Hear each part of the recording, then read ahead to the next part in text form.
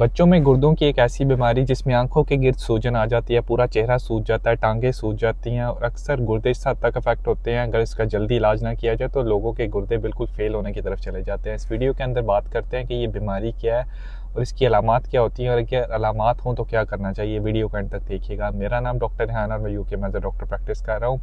बच्चों के अंदर गुर्दों की एक ऐसी बीमारी जिसको नेफ्रोटिक सिंड्रोम बोलते हैं, जिसका आसान लफ्ज़ों में मतलब है कि गुर्दों के अंदर जो एक फ़िल्टर होता है वो सही तरीके से काम नहीं करता है, जिसकी वजह से क्या होता है, जिस्म के अंदर एक ज़रूरी प्रोटीन जो होता है वो गुर्दों के रास्ते जो है वो पेशाब के रास्ते खारिज होना शुरू हो जाता है और जिस्म में इस प्रोटीन की कमी होना शुरू हो जाती है, जिसकी वजह से क्या होता है, जिस्म में पानी इकट्ठा होना शुरू हो जाता है। अगर इसकी अलामात के बारे में बात की जाए तो इसी वजह से आंखों के गिर्द जो है वो सूजन का आ जाना, चेहरे का सूज जाना या टांगों का सूज जाना। और इस सूजन की खास बात होती है, अगर टांगों पे सूजन है तो उसके ऊपर जब आप अंगूठा रख के थोड़ा सा दबाएंगे तो वहाँ पे एक घड़ा पड़ जाता है, इसको पिटिंग एडिमा बोलते हैं।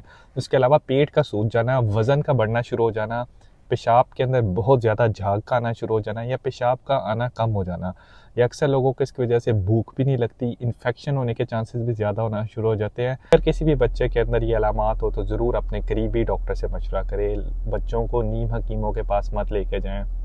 इसके लिए जो टेस्ट किए जाते हैं वो डॉक्टर आपको तजवीज़ कर सकता है और वो टेस्ट ज़्यादा महंगे नहीं है। सिंपल सा पेशाब का टेस्ट है जो इसमें देखा जाता है कि जो है वो प्रोटीन का खराज तो नहीं हो रहा, और अगर हो रहा है तो किस हद तक हो रहा है।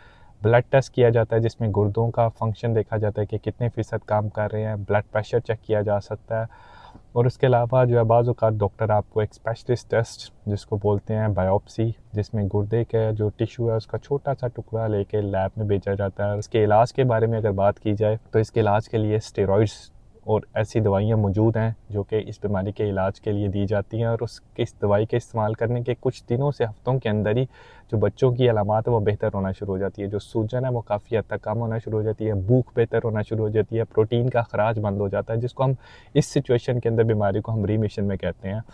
और रेगुलर मॉनिटरिंग और डॉक्टर से मशवरे के बाद ये बच्चे बिल्कुल नॉर्मल ज़िंदगी गुजारते हैं।